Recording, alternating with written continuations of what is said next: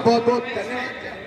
जब प्रदीप जी को आपने आशीर्वाद देकर के मोदी जी को देश का प्रधानमंत्री बनाने के लिए सांसद बना दिया, तब हमने किरण जी को यहाँ पर आपके बीच में भेजा। आप इन्हें भी अपना आशीर्वाद देकर के विधानसभा में भेजने का काम किया।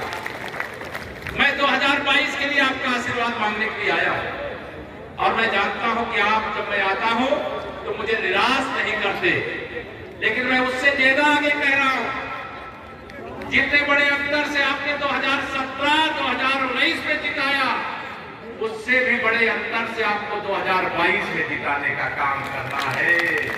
करोगे? दोनों हाथ उठा जोर जोर करोगे? मुझे आप पर भरोसा है।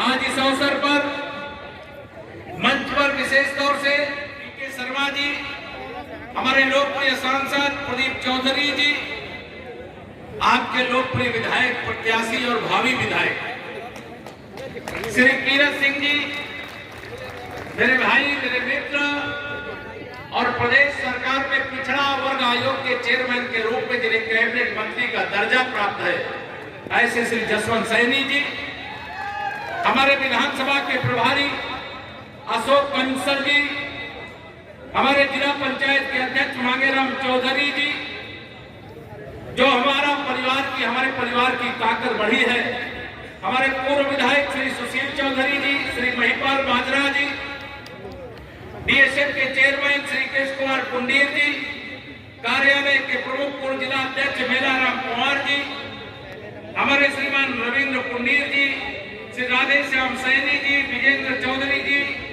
राम रक्षा नामदेव जी, श्रीमती रक्षा नामदेव जी बहन जी है, हमारे जिला अध्यक्ष महिला मोर्चा, हमारे किसान मोर्चा के अध्यक्ष कुमार सिंह कुंडीर जी, ओबीसी मोर्चे के अध्यक्ष राकेश आर्य जी, हमारे मंडल अध्यक्षगण मनोज राणा जी, राम कुमार शर्मा जी, दीपक गर्ग जी, मांगेराम सैनी जी, सुशील पवार जी और चौधरी अभय जी। 2022 का चुनाव साधारण चुनाव नहीं है। आपने 2014 से लेकर के 2019 तक लगातार भारतीय जनता पार्टी के विजय यात्रा के साथी, लेकिन 2022 का जो चुनाव हो रहा है, ये विरोधी सपने देख रहे हैं कि हम यूपी में बीजेपी को रोक लेंगे। इनकी औकात है क्या जो सपने देख रहे हैं कि बीजेपी को रोक लेंगे? मैं पूरे विश्वास से आप सबके भरोसे कह सकता हूं कि 2017 की तरह 2022 में भी हम यूपी में 300 से ज्यादा सीटें जीतने जा रहे हैं। सहारनपुर में पिछली बार चौका लगा था, 4 विधायक हमारे जीत करके गए थे, लेकिन इस बार अगर 7 सीटों पे कमल खिल जाए तो कोई आश्चर्य मत करिएगा।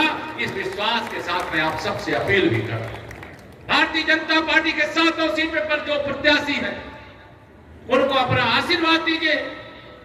आप अपनी सीट को तो जिताइए ही, बाकी की सीटों का भी आप पूरा सब ध्यान रखिए। या मैं आप सबसे अपील कर रहा हूं, और इसलिए अपील कर रहा हूं कि 2017 से और 2022 के बीच में हमने जो कहा था वो किया है कि नहीं किया है? हमने कहा था गुंडों की गुंडागर्दी खत्म कर देंगे, खत्म हुई है कि नहीं बताइए? हमने कहा दंगा मुक्त यूपी बनाएंगे, बनाया है कि नहीं बनाया है? जिन लोगों ने भ्रष्टाचार किया उनको जेल भेजेंगे, उनके खिलाफ कठोर कार्रवाई करेंगे। वो हमारी सरकार ने किया है कि नहीं किया है? अखिलेश यादव जी की अगुवाई में जब समाजवादी पार्टी की सरकार थी तो कितने घंटे बिजली आती थी, याद है कि भूल गए? अब श्री अखिलेश यादव जी कह रहे हैं कि हम आएंगे तो हम 300 यूनिट बिजली फ्री देंगे। अरे श्री अखिलेश यादव जी, जब आप सरकार में थे तो बिजली के तारों में उत्तर प्रदेश की जनता कपड़े सुखाया करती थी। जो अपनी सरकार के समय कुछ दे नहीं पाया, वो कह रहा है कि हम आएंगे तो फ्री बिजली देंगे। अरे भारतीय जनता पार्टी ने बिजली की चमाचम से पूरे उत्तर प्रदेश में उजियारा लाने का काम किया है। और मैं आपको कह करके जा रहा हूं, सरकार की बजटीय व्यवस्था हुई है। गांव हो चाहे शहर हो, आने वाले समय में आपको 24 घंटे बिजली देने का काम करेंगे। 24 घंटे। अपराधियों के खिलाफ कार्रवाई होती है तो किनके छाती में दर्द होता है, किनके सीने में दर्द होता है? श्री अखिलेश यादव जी जो गुंडों के, अपराधियों के, माफियाओं के, दंगाइयों के, अपहरणकर्ताओं के सरदार हैं, उनको दर्द होता है कि बुलडोजर क्यों चल रहा। आप ये बताओ, जो गरीबों की जमीन, किसानों की जमीन, सरकार की जमीन, व्यापारियों की, उद्योगपतियों की जमीन पर कब्जा किए, वो जमीन खाली होनी चाहिए थी कि नहीं खाली होनी चाहिए थी? हमारी सरकार ने उन जमीनों पर जो अवैध कब्जे थे बुलडोजर चला करके खाली कराया और उसमें गरीबों के लिए मकान बनाने का काम किया। तो सही किया है कि गलत किया है? बताइए, दोनों हाथ उठा के बताइए, सही किया है कि गलत किया है? ऐसी कार्रवाई होती रहनी चाहिए कि नहीं होती रहनी चाहिए? मुझे मालूम है इसी सहारनपुर जिले में ये मेरे पुलिस के जवान जो आज सुरक्षा में तैनात है, कई थानों में रात में ताला लगा करके शहर चले आते थे कि नहीं आते थे? क्यों, किसके डर से आते थे? जिस सरकार के समय में हमारी वर्दी ही सुरक्षित नहीं रही हो, ऐसी पार्टी को कहीं सत्ता के इर्द गिर्द दिखाई देना चाहिए क्या? श्री अखिलेश यादव जी 400 सीटों का दावा कर रहे हैं। मैं कह रहा हूं श्री अखिलेश यादव जी, अगर आप 40 तक पहुंच जाओगे अपने गठबंधन के साथ, तो मैं मानूंगा कि आप राजनीति करने के लायक। भारत माता की। मेरे सभी यहां पर उपस्थित बड़े बुजुर्गों, नौजवान दोस्तों, माताओं, बहनों, सबसे मैं अपील करना चाहता हूं कि 2000 की 3 किस्तें हैं, वो मिलती रह जाएगी। एक कमल का बटन दबाओगे तो ये जो गुंडे अपराधी सपा के समय छुट्टा घूम रहे थे, आप चिंता मत करिए, बहुत सारे अभी जेल में है ना। सहारनपुर वाला सहारनपुर में है, शामली वाला शामली में है, कैराना वाला कैराना में है। इनको सबको बुंदेलखंड भेजने का काम करेंगे, अभी ध्यान रखना। अब जेल के अंदर से भी जो गुंडागर्दी चलती वह भी चलने नहीं देंगे। मैं आप सब लोगों को आज यहां पर माननीय नरेंद्र मोदी जी के नेतृत्व के केंद्र में जब आपने सरकार बनाई, तो आप बताइए कि अगर देश की सरकार आपने नहीं बनाया होता तो क्या अयोध्या में रामलला की जन्मभूमि पर भव्य मंदिर बन रहा होता? क्या बताइए, बन रहा होता क्या? जम्मू कश्मीर से धारा 370 हट गई होती क्या?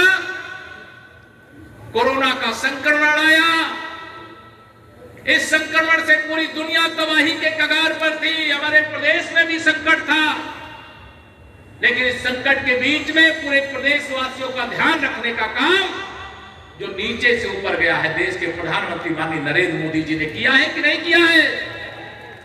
प्रधानमंत्री गरीब कल्याण अन्न योजना के माध्यम से यूपी के 15 करोड़ लोगों को निःशुल्क राशन दिया जा रहा था। अब तो हम प्रदेश की ओर से भी उसमें 5 किलो और बढ़ा करके साथ में तेल भी दे रहे हैं, दाल भी दे रहे हैं, नमक भी दे रहे हैं। मिल रहा है कि नहीं मिल रहा है? हमारी सरकार सबका साथ सबका विकास करती है, और सबका साथ और सबका विकास अगर हमारी सरकार करती है तो सबका आशीर्वाद पाने का अधिकार भी है कि नहीं हमें है? इसलिए मैं पूरे यूपी में नारा लगाता हूं, 100 में 60 हमारा, 100 में 60% वोट हमारा, 40% वोटों में बंटवारा है और बंटवारे वाले वोटों में भी हमारा। मैं आप सबसे प्रार्थना करना चाहता हूं, ये बंटवारे वाले वोटों में से भी लेकर के आना है। 2 उपचुनाव में आपने बहुत आशीर्वाद दिया, चुनाव में, उपचुनाव में, लोकसभा चुनाव में, लेकिन इस बार के चुनाव में आपकी जिम्मेदारी बढ़ गई। विरोधी सपने देख रहे हैं कि अगर 2022 में बीजेपी को यूपी में रोक लेंगे तो 2024 में मोदी जी को दिल्ली में रोक लेंगे। यही देख रहे हैं ना? अरे मैं कहना चाहता हूं श्री अखिलेश यादव जी, बहन मायावती जी, कांग्रेसियों, लोक दल के जो है, सबको मैं कहना चाहता हूं 2019 में तो सब मिल करके लड़ लिए हो बीजेपी से, क्या रोक पाए थे क्या?